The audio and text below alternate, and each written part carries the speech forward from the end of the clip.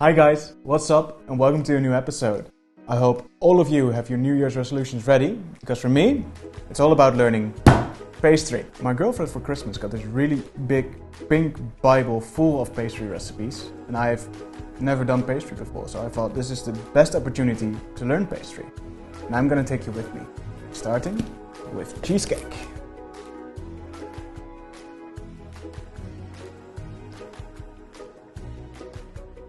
And I start not with the cheesecake, but making a crumble for on top of the cheesecake. I do this by mixing 50 grams of sugar with 75 grams of sieved flour and giving it a good mix. Then I add 50 grams of butter, and once it's all in there, start rubbing the mixture in between my fingers.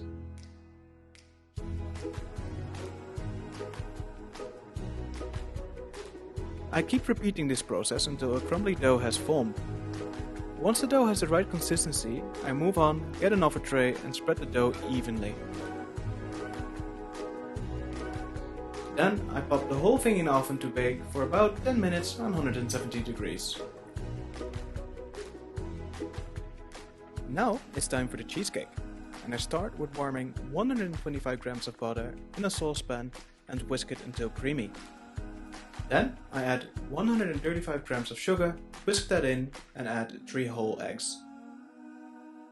Next is to whisk the whole mixture until homogeneous without making it foam. This is to prevent air pockets. Once done, I add 250 grams of cream cheese, whisk hard to get an even and smooth mixture. When the mixture has a smoothness that I like, I pour the mixture in 2 cake tins. I fill them up about 2/3, and once done, I leave about 100 milliliters of mixture to the side.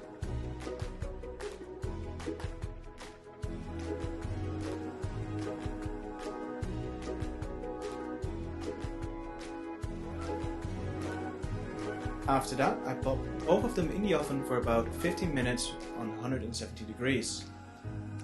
Once 15 minutes has passed, I pull them out, and if someone is cooking along, you will notice that the cake starts to deflate a bit. So we fill that up with the leftover mixture and pop them in the oven again for about 5 minutes on the same heat. Once the 5 minutes are over, get them out and let them cool completely.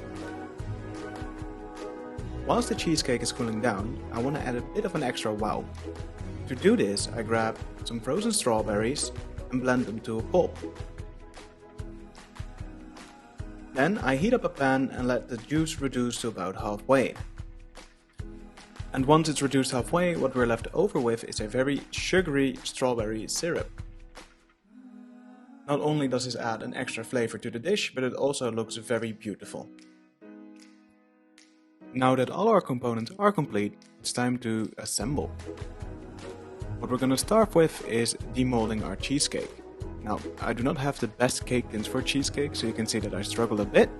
But once I got them out completely, I put them on a plate and it's time for the next step. The next step is to place the crumble in a circle shape on top of the cheesecake.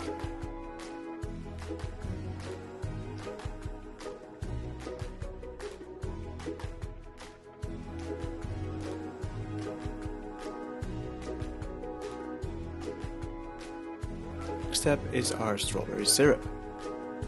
I get my syrup and with a spoon, slowly and gently drip it in the middle of the cheesecake and let gravity do the rest.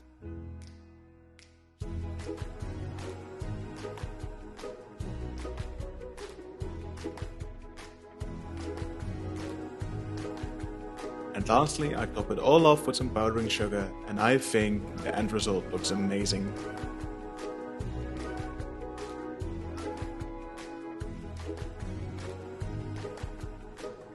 So, I really hope you like this recipe, at least I did, because I learned new stuff.